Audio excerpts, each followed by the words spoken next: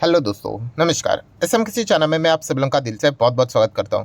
सो दोस्तों, इस वीडियो में हम लोग बात करने वाले हैं एक रिपोर्ट के बारे में। ऑब्वियसली रिपोर्ट मतलब जो रिसर्च रिपोर्ट्स यहाँ पे रहते हैं उनके बारे में हम लोग बात करने की कोशिश करने वाले हैं। जैसे कि हमेशा मैंने आप लोगों को कहा है कि जो रिसर्च रिपोर्ट होती है उनको ज़रूर आप लोगों ने स्टडी करना है। मानना है नहीं मानना है वो टोटली डिफरेंट पार्ट और हर किसी का अपना अपना एनालिसिस के हिसाब से। सो ये जो रिसर्च रिपोर्ट हम लोग को देखने को मिल रही है ये कौन से सेक्टर के बारे में बता रही है, क्योंकि आपको पता ही है रिपोर्ट अलग अलग टाइप के होते हैं। कि कभी कभी देखा गया तो ओवरऑल इकोनॉमी कैसे चलेगी उसके ऊपर रिपोर्ट होती है। कभी कभी अगर देखा गया तो किसी इंडिविजुअल स्टॉक से रिलेटेड रिपोर्ट होती है, सेक्टर वाइज रिपोर्ट होती है। सो इस रिपोर्ट की अगर हम लोग बात करें तो यस दोस्तों, एक पर्टिकुलर सेक्टर से रिलेटेड रिपोर्ट हम लोग को देखने को मिल रही है और वो सेक्टर है दोस्तों पावर सेक्टर। यस दोस्तों, पावर सेक्टर की अगर हम लोग यहाँ पे बात करें तो इंडिया में पावर से रिलेटेड जो डिमांड है दोस्तों आने वाले समय में और भी रैपिडली हम लोग को बढ़ते हुए देखने को यहाँ पे मिलने वाला है। ये पॉइंट इस रिपोर्ट में हम लोग को देखने को यहाँ पे मिल रहा है। वैसे तो देखा गया तो इंडिया में अभी जो भी चीज़ें यहाँ पे रहने वाली है, हर किसी चीज़ का डिमांड तो यहाँ पे बढ़ने वाला है, क्योंकि इसके पीछे का अगर मेजर रीज़न की अगर हम लोग बात करें तो यस, हमारा बढ़ता हुआ पॉपुलेशन। सो लगातार हमारा पॉपुलेशन बढ़ते ही जा रहा है, आप सभी लोगों को पता ही है। अभी देखा गया तो 143 के आसपास है, कोई बात नहीं, आने वाले समय में हम लोग 150 मतलब 150 करोड़ का भी पॉपुलेशन यहाँ पे होने वाले हैं। सो अभी आप देख सकते हैं, हमेशा ये ग्राफ मैंने आप लोगों को दिखाया कि बोलते बोलते आप देख सकते हैं हर सेकंड पे कोई ना कोई बच्चा यहाँ पे पैदा हो रहा है, राइट। एंड जो ये पॉपुलेशन लगातार यहाँ पे बढ़ रहा है उसकी जो आने वाली जो डिमांड भी रहेगी ना दोस्तों, यस, वो भी लगातार हम लोग को बढ़ते हुए देखने को यहाँ पे मिलने वाली है। मतलब अगर हम लोग यहाँ पे बात करें पावर सेक्टर से रिलेटेड ये रिपोर्ट देखने को मिल जाती है कि लगातार डिमांड बढ़ती जा रही है पावर की। एंड अगर हम लोग यहाँ पे बात करें पावर कंज्यूम करने वाली जो अलग अलग चीज़ें देखने को मिल जाती है उनमें भी हम लोग को डिमांड बढ़ती हुई देखने को मिले। जैसे कि अगर हम लोग बात करें एसी, ठीक है, अभी एसी की बात करें, इसको पहले लग्जरी आइटम माना जाता था, अभी आज भी माना ही जाता है। मतलब किस हिसाब से मैं बात कर रहा हूँ, क्योंकि आज भी इसके ऊपर 28% का जीएसटी लगता है। सो 28% का जीएसटी उन चीज़ों के ऊपर लगता है जो कि माना जाता है कि भाई कि ये बहुत ही लग्जरी आइटम है करके। बट फिर भी अगर आप देखोगे तो एयर कंडीशनर का जो बाइंग है वो लगातार हम लोग को बढ़ते हुए देखने को मिल रहा है। हाँ, यहाँ पे कंपटीशन बहुत ज़्यादा है, अलग अलग कंपनीज भी बहुत ज़्यादा है, ठीक है। बट देखा गया तो यस, लगातार इसका डिमांड बढ़ते हुए देखने को यहाँ पे मिल रहा है। पहले कैसे हुआ करता था कि खास करके एक पर्टिकुलर इनकम ग्रुप जो रहता था, मतलब जो ज़्यादा पैसे कमाते हैं उनके पास हम लोग को एसी देखने को मिलता था। अभी की अगर हम लोग यहाँ पे बात करेंगे तो आप हर किसी के घर में एटलीस्ट आपको एक एसी तो देखने को यहाँ पे मिल ही जाता है। मैं एवरेज बात यहाँ पे कर रहा हूँ। तो इसीलिए बताने का मकसद क्या है कि इसका डिमांड इतना क्यों यहाँ पे बढ़ चुका है, क्योंकि लगातार बढ़ता हुआ टेम्परेचर, ठीक है। इस प्रकार के रिपोर्ट्स हम लोगों ने इसके पहले भी मार्च में फेब में भी कवर किया था। आप लोगों ने यहाँ पे देखा होगा कि दिल्ली सिटी की अगर हम लोग बात करें कितना टेम्परेचर रिकॉर्ड के ऊपर रिकॉर्ड दर्ज करते ही जा रहा था। बहुत सारी जगह पे हम लोग को हीट वेव देखने को यहाँ पे मिल रही थी। एंड आने वाले समय में ये जो टेम्परेचर है दोस्तों, ये लगातार इसी प्रकार से हम लोग को धीमे धीमे करके बढ़ते ही देखने को यहाँ पे मिल रहा है। मतलब एवरेज टेम्परेचर की बात करें, पहले अगर किसी जगह पे 36 अगर हुआ करता था, वो बढ़कर अभी धीमे धीमे करके हम लोग को 37 होते हुए देखने को मिल रहा है एवरेज। देन आने वाले समय में 38 हो सकता है एंड सो ऑन। तो इसका अर्थ क्या है दोस्तों, यस, जितनी गर्मी ज़्यादा बढ़ेगी उसी से रिलेटेड इस प्रकार के जो हम लोग को चीज़ें देखने को मिल जाती है, एसी जैसी चीज़ें, कूलर जैसी चीज़ें, उनका बाइंग हम लोग को होते हुए देखने को मिल जाता है। एंड ये पावर का कंजम्पशन बहुत कुछ हद तक यहाँ पे बढ़ते हुए देखने को यहाँ पे मिल जाता है। सो ये सारी चीज़ों के चलते अगर हम लोग यहाँ पे कंक्लूजन की बात करें, सो ये रिपोर्ट एग्जैक्टली बताने की कोशिश क्या कर रही थी कि यस, आने वाले समय में अभी 2023 चल रहा है, ठीक है, 2025 की बात करें, 27 की बात करें, 30 की बात करें, 35 की बात करें, 40 की बात करें, यस, लगातार पावर का डिमांड हम लोग को बढ़ते हुए देखने को यहाँ पे मिलने वाला है। सो ये रिपोर्ट ये चीज़ बताने की कोशिश यहाँ पे कर रही थी। अभी अगर ये रिपोर्ट अगर आप इतना यहाँ पे पढ़ोगे एंड यहाँ पे अगर आप स्टॉक खरीदने के लिए जाओगे तो एक बहुत बड़ी मिस्टेक भी आपसे यहाँ पे हो सकती है। कौन सी मिस्टेक? कि देखिए, जो पावर से रिलेटेड जो चीज़ें होती है ना दोस्तों, ये इलेक्ट्रिसिटी की अगर हम लोग बात करें, हाँ, तो ये सरकार के अंडर हम लोग को देखने को मिल जाती है। सरकार के अंडर मतलब कि पावर कंपनी अगर देखा गया ना तो एक जो यूनिट रहता है उसके ऊपर उनका जो कॉस्ट रहता है चार्जिंग की अगर हम लोग बात करें तो वो सरकार जितना यहाँ पे बताएगी ना, यस, उतना ही कैप के अंदर उनको काम करना पड़ेगा। मतलब जो एक बिगनर रहता है ना, उनके हमेशा कमेंट मुझे देखने को मिल जाते हैं जो कि बहुत ही वैलिड है कि सरकार मतलब सर अगर हमें किसी कंपनी में जाना है तो हम लोग इलेक्ट्रिसिटी वाली कंपनी में ही जाएंगे, क्योंकि 24 घंटा इलेक्ट्रिसिटी चालू ही रहती है, ज़बरदस्त पैसे छापते होंगे। तो ऐसा नहीं है। क्यों नहीं है? क्योंकि अगर देखा गया तो सरकार का कुछ काम होता है, जैसे कि अगर देखा गया तो इलेक्ट्रिसिटी से रिलेटेड, या फिर बहुत सारे लोग ये भी सवाल पूछते हैं सर वाटर से रिलेटेड, पानी से रिलेटेड जो कंपनियां काम करती है, पीने का पानी है, नॉर्मल जो चीज़ें रहती है उससे रिलेटेड वीडियो क्यों नहीं बनाती, क्योंकि वो भी अगर देखा गया दोस्तों तो वो सरकार के अंडर आ जाता है। ये पानी आपको ड्रिंकिंग साफ पानी प्रोवाइड करना, उसी के साथ साथ देखा गया तो आपको इलेक्ट्रिसिटी प्रोवाइड करना ये सरकार के काम रहते हैं, ठीक है, उनकी रिस्पॉन्सिबिलिटी होती है। एंड वहाँ पे अगर देखा गया तो बड़ा बिजनेस कंपनी को करने अलाउड नहीं किया जाता है। तो इसीलिए मैक्सिमम कंपनियां आपने देखी होगी पावर सेक्टर में हम लोग को घाटे में जाती हुई देखने को यहाँ पे मिल जाती है। सो इसीलिए कभी भी इस प्रकार के अगर आप रिपोर्ट्स पढ़ोगे एंड डायरेक्टली अगर स्टॉक्स खरीदने के लिए जाओगे तो बुरी तरीके से फंस सकते हो।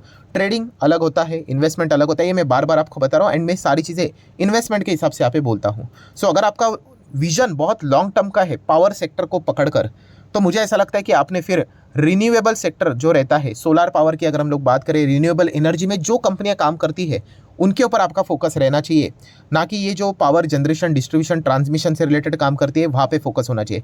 वहाँ पे अगर आपको जाना है फिर आपको ट्रेडिंग के हिसाब से सोचना पड़ेगा, ठीक है। एक टाइम रहता है, इस टाइम पे 2-3 महीने के लिए, 4 महीने के लिए, 6 महीने के लिए, साल भर के अंदर अंदर आपको ट्रेड करना पड़ेगा एंड निकलना पड़ेगा। बट अगर आपका विजन बहुत लंबा है कि मुझे लंबी पारी खेलनी है, तो फिर रिन्यूएबल सेक्टर की ओर आप लोगों को फिर देखना पड़ेगा।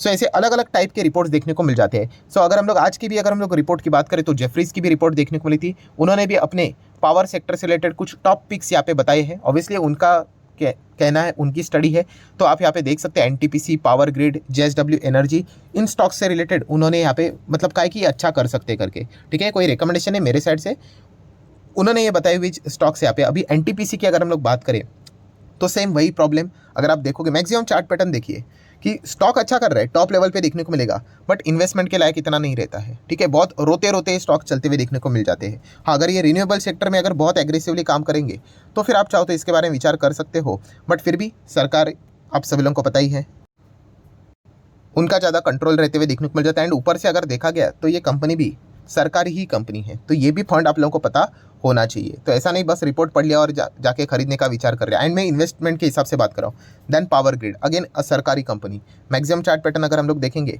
जाएगा तो ऊपर यहाँ पे, बट यस वेल्थ क्रिएशन की बात करें तो चांसेस बहुत ही कम है, छोटा मोटा प्रॉफिट यहाँ पे ज़रूर बन सकता है। तो ये चीज़ें हम लोग को देखने को यहाँ पे मिल जाती है। तो खराब नहीं है कंपनियाँ, ठीक है। बट अगर हम लोग यहाँ पे बात करें कि हाँ पावर जनरेशन, डिस्ट्रीब्यूशन, ट्रांसमिशन, इससे रिलेटेड जो ओवरऑल कॉन्टेक्स्ट देखने को मिल जाते हैं उसमें इतना दम नहीं है।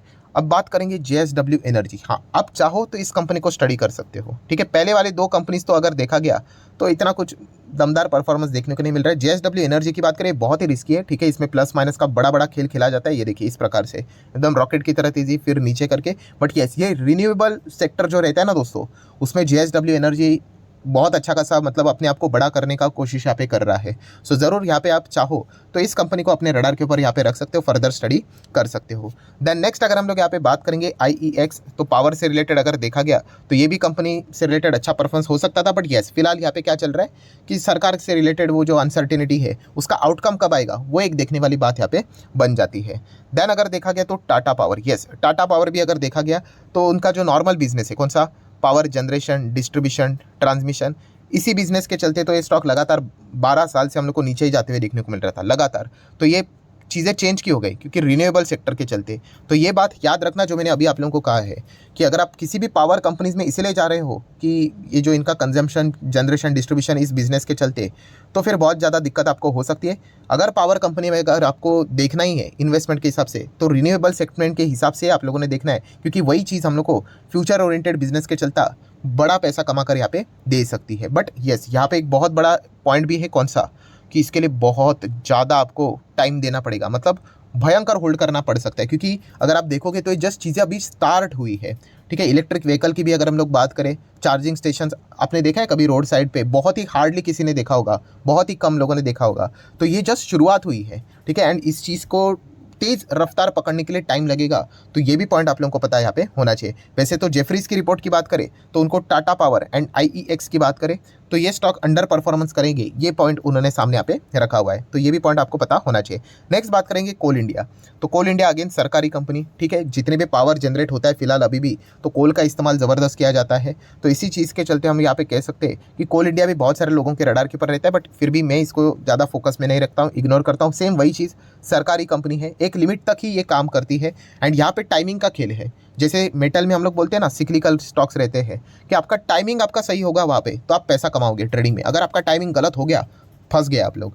तो ये स्टॉक्स भी वैसे ही होते हैं, एक सीमित दायरे तक ये स्टॉक आगे बढ़ेंगे, उसके बाद वापस सरकार के रेस्ट्रिक्शंस आना शुरू, लिमिटेशंस लगना शुरू, फिर वापस स्टॉक्स नीचे आना शुरू। तो ये चीज़ें देखने को मिल जाती है, तो इसलिए संभाल कर रहना चाहिए। इतना ही आप लोगों को कहना चाहूँगा इन स्टॉक्स में। देन एमटार टेक की बात करें तो यस, ये कंपनी आप जरूर यहाँ पे स्टडी कर सकते हो, रीड कर सकते हो। क्लीन एनर्जी, जैसे मैंने हमेशा कहा है, क्लीन एनर्जी इसका 50% बिजनेस क्लीन एनर्जी से रिलेटेड ही है, तो इसलिए ज़रूर आप इसको चाहो तो स्टडी कर सकते हैं। सिविलियन न्यूक्लियर पावर में इनका अच्छा खासा योगदान देखने को मिल रहा है। देन आप चाहो तो टॉरेंट पावर को भी अपने रडार के ऊपर यहाँ पे रख सकते हो, ये भी एक इंटरेस्टिंग कंपनी है, ठीक है। सो दोस्तों, जितने भी इंपॉर्टेंट पॉइंट्स थे सारे यहाँ पे मैंने कवर कर लिए। ओवरऑल कंक्लूजन क्या निकल कर आता है कि यस, जब भी पावर से रिलेटेड, पावर सेक्टर से रिलेटेड कभी भी रिपोर्टिंग यहाँ पे आ जाती है, चेक कर लेना दोस्तों। पावर जनरेशन, डिस्ट्रीब्यूशन, ट्रांसमिशन, इससे रिलेटेड अगर आप कोई स्टॉक में एज ए इन्वेस्टमेंट के हिसाब से जाओगे, फंस जाओगे, ठीक है। क्योंकि आई नो मैंने बहुत बार रिपीट किया, बट फिर भी रिपीट ही करना चाहूँगा जाते आते भी। यस, इसके ऊपर सरकार का एकदम ही स्ट्रॉन्ग रेस्ट्रिक्शन होता है, एक लिमिट के ऊपर वो ज़्यादा कमाई नहीं कर पाएंगे। अगर आपको पावर सेक्टर में जाना ही है, यस, तो solar power, renewable sector, clean energy, green energy, उसी के और आप लोगों ने ज़्यादा फोकस यहाँ पे रखना चाहिए, ठीक है। तो ये बताने का मेजर मकसद था, तो उस हिसाब से आप अकॉर्डिंगली चाहो तो चीज़ों को स्टडी कर सकते हो। इसमें एक बहुत बड़ा ग्रुप भी हम लोग को अच्छा काम करते हुए देखने को मिल रहा था, कौन सा, अदानी ग्रुप, आज भी है, बट यस, फिलहाल आप लोगों को पता ही है कि अदानी ग्रुप से रिलेटेड बहुत सारा पॉलिटिक्स यहाँ पे खेला जा रहा है, इलेक्शन भी है। एंड जैसे मैंने आप लोगों को बीच में कहा भी था कि अगर आप किसी को अदानी ग्रुप में जाना ही है, ठीक है, अगर सेफ्टी के हिसाब से जाना ही है, तो इलेक्शन के बाद अगर वो जाएंगे तो एक मतलब बोलते हैं ना, सेंसिबल डिसीजन हो सकता है। इसके पहले जाएंगे तो बहुत कुछ उठक पैठक आप लोगों को यहाँ पे इन स्टॉक्स में होती हुई देखने को यहाँ पे मिल सकती है, ठीक है। तो आशा करता हूँ दोस्तों, जितने भी इंपॉर्टेंट चीज़ें थी, इफ बट वाली जितने भी चीज़ें थी, सारी मैंने कवर कर लिए। वीडियो अच्छा लगे तो चाहो तो लाइक एंड शेयर कर सकते हो। एंड डीमैट अकाउंट अगर आपने अभी तक ओपन नहीं किया तो लिंक नीचे डिस्क्रिप्शन में 25 वीडियो की लिस्ट आपको बिल्कुल फ्री ऑफ कॉस्ट मिल जाएगी। आपका नाम, कौन सा अकाउंट आपने लिंक के थ्रू ओपन किया है, प्रॉपर्ली कमेंट में मेंशन कर दिया, तो हफ्ते भर के अंदर अंदर सारे लेक्चर्स मेरे साइड से फ्री ऑफ कॉस्ट प्रोवाइड कर दी जाएंगे, ताकि आप शेयर बाजार को आसान भाषा से सीख सको। So that's it, thank you very much दोस्तों, we will be meeting our next video, तब तक के लिए बाय बाय।